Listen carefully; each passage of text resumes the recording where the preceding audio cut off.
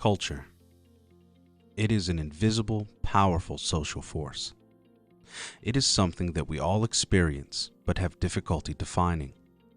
In fact, we might not even be aware of our own culture until we experience a different one. Culture permeates every part of our daily lives, from deciding to wear jeans to the office, to avoiding talking to a coworker because they come off as invasive. No one has studied the phenomenon of culture more extensively than Edgar H. Schein. Schein defined culture as a pattern of shared basic assumptions learned by a group as it solves its problems of external adaptation and internal integration. Born March 5, 1928, in Zurich, Switzerland, Schein has proved time and time again that getting culture right is a tough thing to do. His writing, teaching, and consulting have left a permanent and positive mark on the field of organizational communication. Schein's clients have included major corporations in the U.S. and overseas. He has written many journals, authored 14 books, and has received numerous awards for writing. The Lifetime Achievement Award in Workplace Learning and Performance, to name one.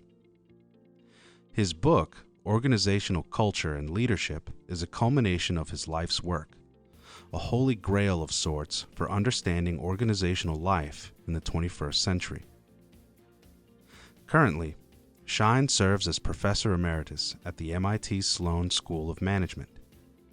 He holds a bachelor's in philosophy from the University of Chicago, a bachelor's and a master's in social psychology from Stanford University, and a doctorate in social psychology from Harvard University.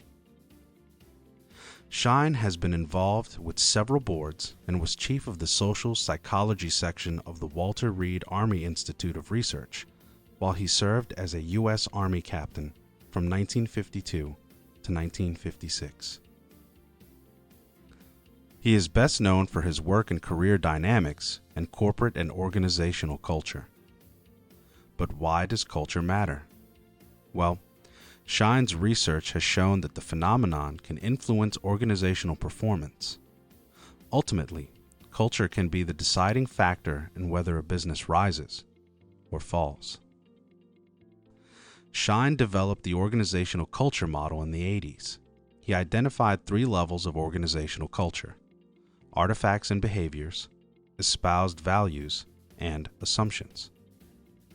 In his work involving career dynamics, Schein identified 8 career anchor constructs.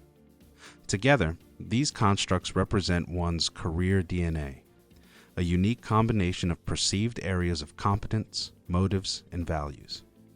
The anchors are autonomy and/or independence, security and/or stability, technical functional competence, general managerial competence, entrepreneurial creativity, service or dedication to a cause, pure challenge, and lifestyle.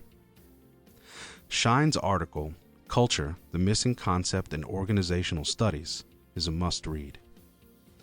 With this article, Schein brings us on a historical journey of organizational study, describes the transition from modernism to postmodernism, and even foreshadows the crises of today. Organizations are in trouble. The environment is changing fast, and leaders continue to juggle with sour finances and a suspicious public. A thorough understanding of organizational culture could help organizations remain competitive in a global economy.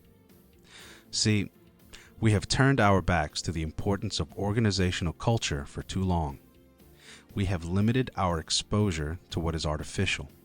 Surveys and questionnaires of third-party groups are not going to cut it. We need to experience what is real, and in order to do so, we must travel, and I do not mean abroad. We have to put ourselves in the position of the line worker, the operator, the engineer, the CEO.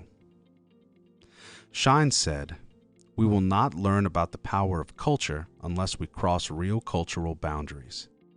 This is an uncomfortable process, as every traveler in a foreign country knows, but I believe it is essential if we are to develop organizational studies as a viable and practical field.